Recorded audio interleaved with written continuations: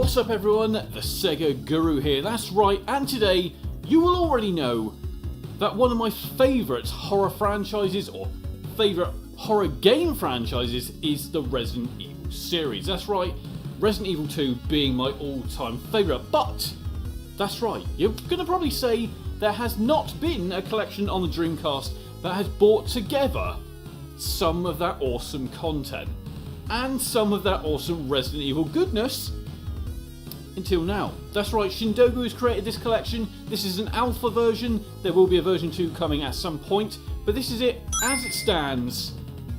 I hope you like this one. Let's take a look.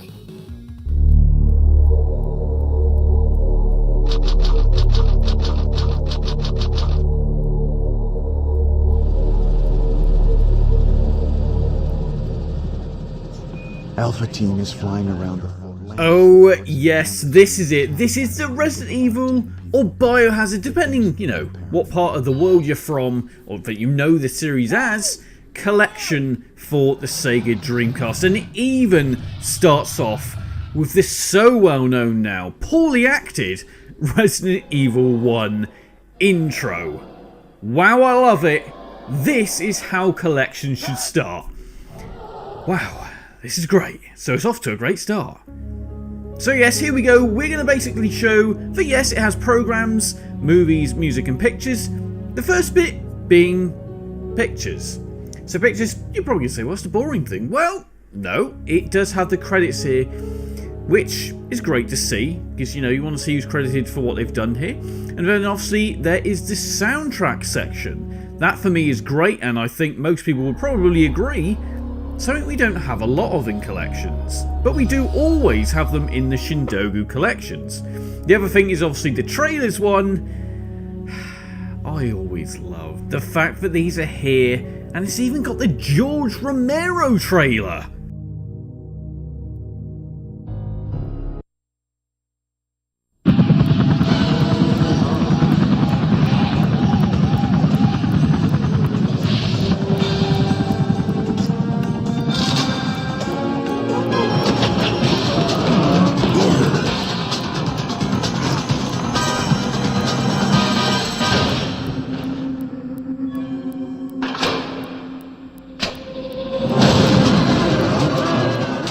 Biohazard 2. So yes, the collection has the Beats of Rage stuff, it's also got the Sega Genesis stuff, it's also got the Game Boy, NES, and also the surprises section. So let's start off with the fact that yes, the Beats of Rage games are here. So obviously all the Crisis Evil titles, I've kind of covered them all before, so I'm not going to go in depth and kind of play all these now, but I will also be taking a look at Crisis Evil 4, which most people didn't even know existed, as a totally separate review itself. And then you've also got the remakes of the Crisis Evil games, which is great to see. Now obviously you may already know about this version here, and obviously you can already see it comes up with the menu options before the game loads, which is a great addition. But yes, that's right, we're playing BioEvil right here by PSCD, a game that's been in development for quite some time. Now like I said, I'm not going to go fully into this game in a review sense.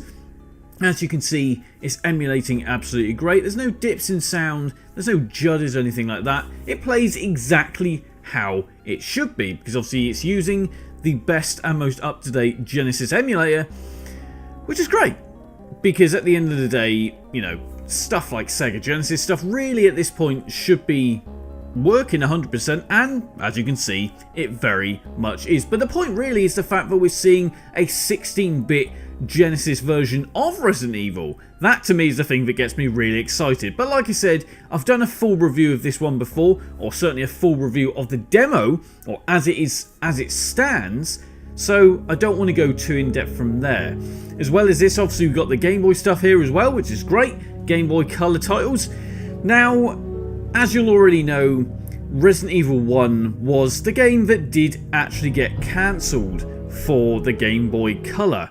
Yes, it was meant to be a full game, and yeah, it was a broken prototype release, but that's now actually been fixed, so you can actually play this all the way through from start to finish. The full game is here, and it's in this collection. For me, it kind of is crazy that an 8-bit system can even mimic Resident Evil 1. For me, that's really quite damn shocking.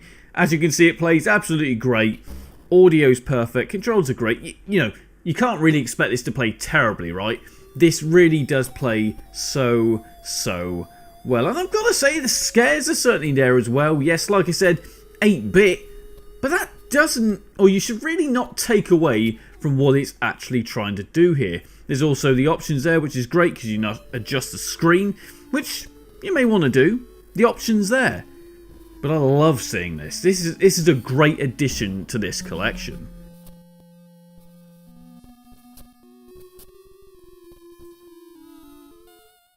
And yes, we've also got Resident Evil Gaiden, or Gaiden, however you explain it.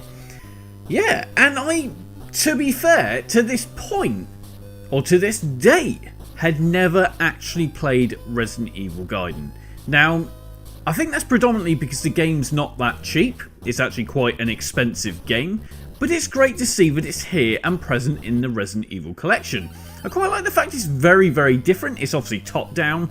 Obviously the shooting mechanics are kind of a bar flashing back and forwards, and then basically as it moves back and forwards, as long as you kind of hit the point where you need to, then your shots are fired. So that's basically how you have the encounters with the zombies. So it's not running around shooting. It's a little bit different. And yeah, I mean, the basic mechanics are there for a Resident Evil game, and I really like the animations. It's great to see here. Now, the other thing that I really like seeing is, yes, there's the Resident Evil 3, the NES game, the Biohazard Chibi edition. That's right, now I have covered this before, as you can see right here, and it is actually a really good ROM hack of Popeye for the NES. It's actually a really short, yeah, I think it's about 3 levels if I remember rightly, but addictive little ROM hack. Absolutely do play this, it really is some good fun, and as you can see, working absolutely great.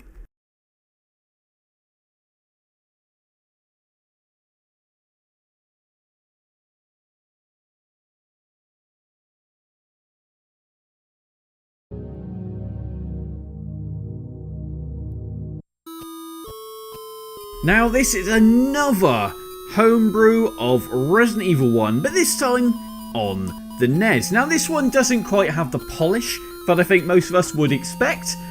It doesn't quite match up to maybe even the Game Boy Color version of Resident Evil 1, but I like it because again it brings something different, and that's the thing I like about all of these homebrews and all these different kind of variants of Resident Evil, is they all bring something a little bit different. They're all using the first kind of the reference material, but apart from that, they've got their own identity, and that is what I like to see.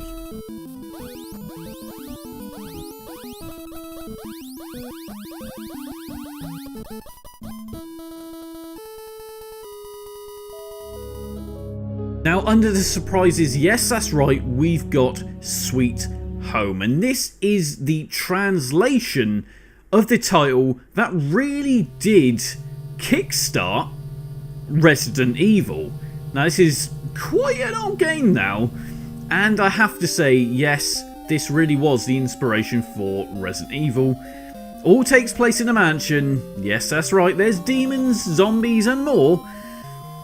That's all I can really say about it. Now, obviously, this is a Nintendo game, so you'd expect it to be playing exactly as you can see. It's working absolutely great. For me, I would say give it a go, stick with it. It is a bit of a slow burner for me, if I'm honest, but it's a little bit different because each character you've got there's more than one, there's about 4 or 5, they all have different abilities. So that is slightly different, and I like that. And the 8-bit scares, they're there, the music's great. It's a good addition to what already is a pretty damn good collection.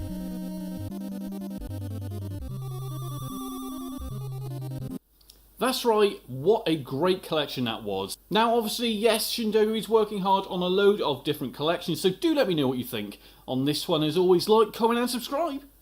It's Al signing out. If you enjoyed this video, make sure to like, comment and subscribe. As well as that, you can also back the channel on Patreon. QR code is down below. But obviously you can check out this video, you can also check out that video. And on that note, it's Al signing out.